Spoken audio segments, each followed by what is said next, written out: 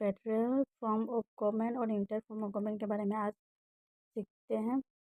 Federal form of government में power और distributed between central and state. Power जो है डिस्ट्रीब्यूट होगा सेंट्रल एंड स्टेट में।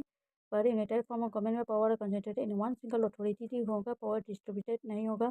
यहाँ पे ड्यूअल गवर्नमेंट होगा, यहाँ पे सिंगल गवर्नमेंट होगा। ये रिटेन कॉन्स्टिट्यूशन होगा, इसमें रिटेन भी हो सकता है या अनरिटेन भी हो सकता है। मैं भी रिटेन और unwritten.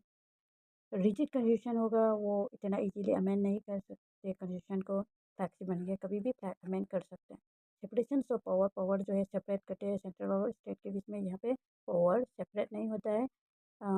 Rather delegation of power, जब का सेंट्रल को ज़रूरत पड़ती है तब लोकल अथॉरिटी को अपना काम करवा सकते हैं, पर पावर सेपरेट नहीं होता है।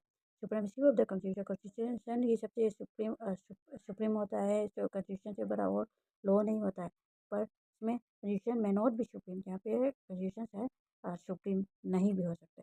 बाइकैमरल लेजिस्लेचर है, इसमें सेंट्रल और स्टेट है। यहाँ पे यूनिकैमरल लेजिस्लेचर है, यहाँ पे सेंट्रल स्टेट ऐसा नहीं रहता है, एक ही रहता है, इसलिए बाइकैमरल नहीं होता, लेजिस्लेचर नहीं होता है।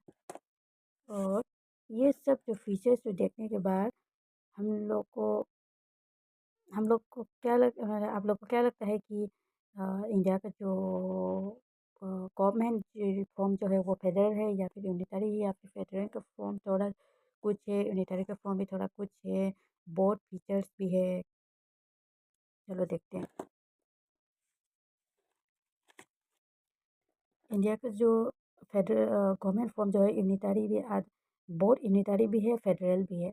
इसलिए इसको इंडिया का जो फेडरल जो गवर्नमेंट फॉर्म है वो क्वासी फेडरल भी बोला जाता है। प्रोपेर K C Wheare describe India is a quasi federal. K C Wheare, according to Cassiware describe Cassiware describe India is a quasi-federal, quasi-federal है क्योंकि which means it possesses the features of both federal as well as unitary form of government। क्योंकि इसमें features जो है unitary का भी है, federal का भी है, इसलिए इंडिया का जो गवर्नमेंट फॉर्म है वो क्वासी फेडरल भी कहा जाता है। सुप्रीम कोर्ट ने भी डिस्क्राइब किया था कि इंडिया का जो गवर्नमेंट है वो federal structure with a strong base towards the centre. Federal का जो स्ट्रक्चर जो है वो फेडरल गवर्नमेंट का जो स्ट्रक्चर है वो फेडरल स्ट्रक्चर है। और सेंट्रल में स्ट्रॉन्ग पावर होता है, पर सेंट्रल में स्ट्रॉन्ग पावर के साथ साथ फेडरल का स्ट्रक्चर है।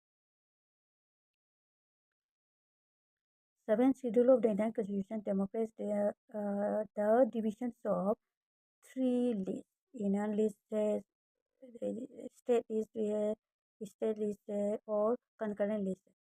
तो कौन सा यूनिटरी का फीचर जो है इंडियन गवर्नमेंट फॉर्म में होता है, और कौन सा फेडरल फीचर जो है इंडियन गवर्नमेंट फॉर्म में होता है, वो चलो देखते हैं। स्ट्रॉन्ग सेंटर, हाँ, हमारा जो फॉर्म जो सेंटर, हमारा जो गवर्नमेंट है वो सेंटर और स्टेट होता है, पर सेंटर जो है स्ट्रॉन्ग होता है। सिंगल कॉन्स्टिट्यूशन, एक ही हमारा कॉन्स्टिट्यूशन है, तो ये भी है। फ्लेक्सिबल कॉन्स्टिट्यूशन, कॉन्स्टिट्यूशन जो कभी भी अमेंड कर सकते, अमेंड कर सकते हैं, इसलिए फ्लेक्सिबल कॉन्स्टिट्यूशन भी हो गया।